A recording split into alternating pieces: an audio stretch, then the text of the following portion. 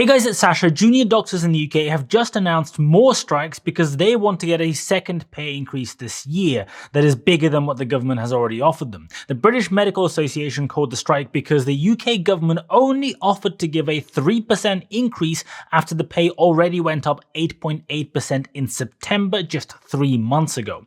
The pay increase in September was backdated to April, and while junior doctors got an 8.8% increase, first-year doctor salaries went up 10.3%, while consultants got 6%. According to the government, the average consultant doctor in the NHS will now earn £134,000 a year. That's after the 6% increase that just came in after the 4.5% increase that came in before that. But since that 6% increase came in September, consultants have already been on strike and are now voting on whether to accept another 5% increase in January. The BMA says they want junior doctors to get a 35% pay increase funded by the Magic Money Tree, but given consultants are voting on just 5%, they'll probably settle for a lot less, but then wait, another 3 months to start the next round of negotiations. Now, I am a huge advocate of the National Health Service. There is no problem there. I believe doctors deserve to be paid very well for their work. They do an incredible job. They make very big sacrifices, but these wage increases are now a very clear indicator of all that's wrong with the UK economy. We are now in a situation where public sector workers are striking to get a second pay increase this year, with total pay across those increases in the NHS going well above 10% and significantly ahead of inflation. In May, the UK government already negotiated a big pay deal with the NHS where other health workers accepted a 5% pay increase and a one-off bonus of at least £1,655. And you can see on this chart the impact that this had on the growth of average public sector wages. It's the blue line that spikes in the summer. The spiking of that blue line has meant that wages in the UK on average have been growing faster this year than at any point since this data started being collected 22 years ago. At the same time as this is happening, the UK government has announced that from April, the national living wage is going up from £10.42 to £11.44. That's a 9.8% pay increase for around 1.6 million people in the UK earning the minimum wage. That's around 5% of the total workforce. And if you work full-time in the UK, 8 hours a day on minimum wage, your annual salary is now almost £24,000.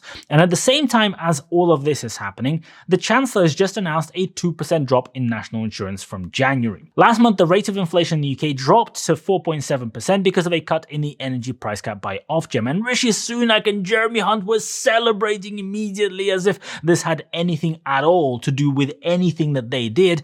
The very next day after the autumn statement, Ofgem announced that from January, prices are going back up by over 5%. Yesterday, the Office of National Statistics published the latest updates to the Household Cost Index. This is a more detailed index focusing on costs like mortgage, interest, and energy, and you can see that the gap between this index and inflation is widening as the energy price increases have come in and as the mortgage crisis is unfolding. While CPI was at 6.7% in September, the Household Cost Index was at 8.2%, significantly higher. And if you break that down further, for those who have a mortgage, that inflation rate was actually 9.3% in September. Rent prices are not quite as bad yet, but they are catching up fast. Here is the rate of change in the private rent prices in London and in the UK to October 2023. The UK is blue and London is pink on this chart.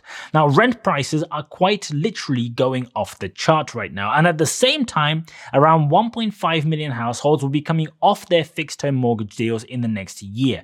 And when those deals were taken out, interest rates were sat at 0%, and a typical mortgage could be had at about 1.3%. Now the best rates that you can get are at around 5.5 to 6%. And if your mortgage has 20 years to go, going from 1.3 to 6% is an increase of about 50% on your monthly payment. If you don't take out a new fix because you want to wait maybe for the rates to start coming down next year instead of fixing for 5 years at a high rate, your interest rate will be a lot higher still. So your mortgage payments might go up 70 or 80%. So the inflation problem in the UK is getting worse despite the headline numbers looking better. And we're now in a situation where workers are demanding multiple pay increases per year, adding up to around 11 or 12% just to be able to pay their bills. Let that sink in. Rail workers are striking, demanding more pay. Utility companies are striking, demanding more pay. The NHS is striking, demanding more pay. And I know there will be people in the comments saying that all of these people, they work hard, they deserve big pay increases. They haven't been given the pay increases they deserve for a long time. Join the fucking club. It's well overdue, and I do sympathize. But the UK economy is in such a shitstorm right now that giving out huge pay increases is only making that storm worse for two main reasons. The first reason is that when people get a 12% pay increase, they now have a little bit more money to pay their bills and for some discretionary spending. And I know that it's tough, but these are the facts. When everyone is getting big pay increases, people who sell products, sell services, know that they can increase prices because there's a little bit more money that they can squeeze out of the customers. So the companies do keep increasing prices, making the inflation problem a lot worse. And this is the first part of the spiral. The second part of the spiral is the fact that higher wages do not, in fact, come from a magic money tree. I know, incredible. When wages of staff in a company go up, that company will be forced to increase the price of their products or services. As the price of their products increases, the staff demand even more wages because they can't afford the prices on the products that have just gone up, and you get this vicious circle. Prices in shops are going up, but it's kind of hard to track. But you know what's easy to track? When you get those non-stop emails in your inbox about the price of every single subscription service and whatever else going up every few months. But this wage price spiral is not only for the private sector. I know a lot of people misunderstand this bit and they say that, it doesn't apply to doctors, it doesn't apply for teachers because they're not working for a company. Unfortunately, it very much does. If public sector staff suddenly start costing 10% more than they did last year, then, well, 3 or 4 different things happen. They still get more money in their pockets, which means that they have more buying power, which means prices on goods and services that they buy go up. People who work in the private sector then look at the people in the public sector and see the pay increases that they get, and that creates all kind of upward pressures on the salaries there from people potentially moving, leaving their jobs to go and get better pay elsewhere. Also, if the public sector wages go up, the money to pay for that has to come from the wages of people in the private sector. And yeah, it's not an exact science because there are other taxes, there's the deficit, whatever, blah, blah. But income tax is 56% of the total UK government's revenue, so at the end of the day, it's the one tax that matters. If public sector wages go up, they can be financed in one of only 2 ways. One, the tax rate increases so that you take more of the income from a private sector in tax and hand it over to the public sector in wages. Or 2, the wages in the private sector increase so that at the same percentage of tax, you collect more money.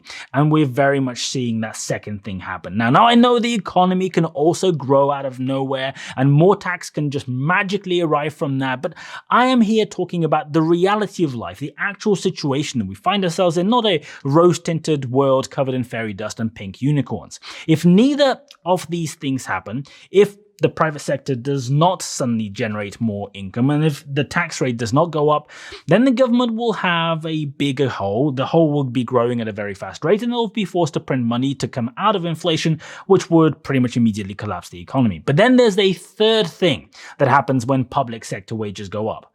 The cost of providing those public sector services to the whole country goes up. If the rate at which that cost accelerates is faster than, say, in other countries in general around the world, then you risk a run on your currency, and that is a whole other shit show. With the minimum wage going up in April and all the other pay increases that we're seeing in the public and the private sectors, the UK is seeing the rate at which the wages are increasing increase. This is really important, so I'm going to repeat it. The rate at which wages are increasing is increasing. The union turns down a 3% pay after getting an 8.8% increase 3 months ago because the union wants a 35% pay increase. This is not a good thing. Wages going up 12% a year is not a good thing.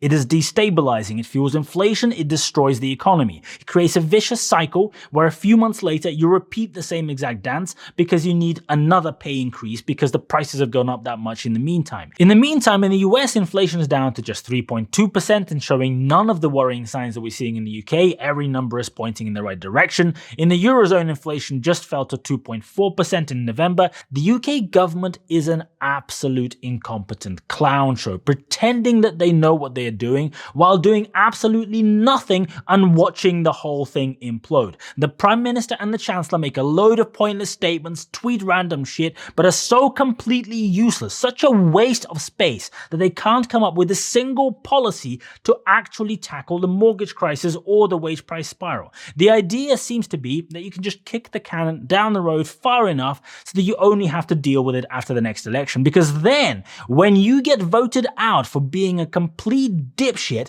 you can blame all the problems that you have created on the other party because they will be in charge. The people in charge do not give a crap about doing the right thing. It's all posturing and taking photos in a shirt with rolled up sleeves to show how hard-working you are. And the problem is that the other party seems to be equally clueless. Somehow, this was all obvious that the UK is going in the wrong direction for a very long time now, so obvious that a random guy on YouTube was talking about it for over a year now. But hey, let's just keep increasing wages by 12%, or maybe 20%, or 100%. Fuck it, why not 500%? Who cares that you'll need a wheelbarrow to replace your wallet?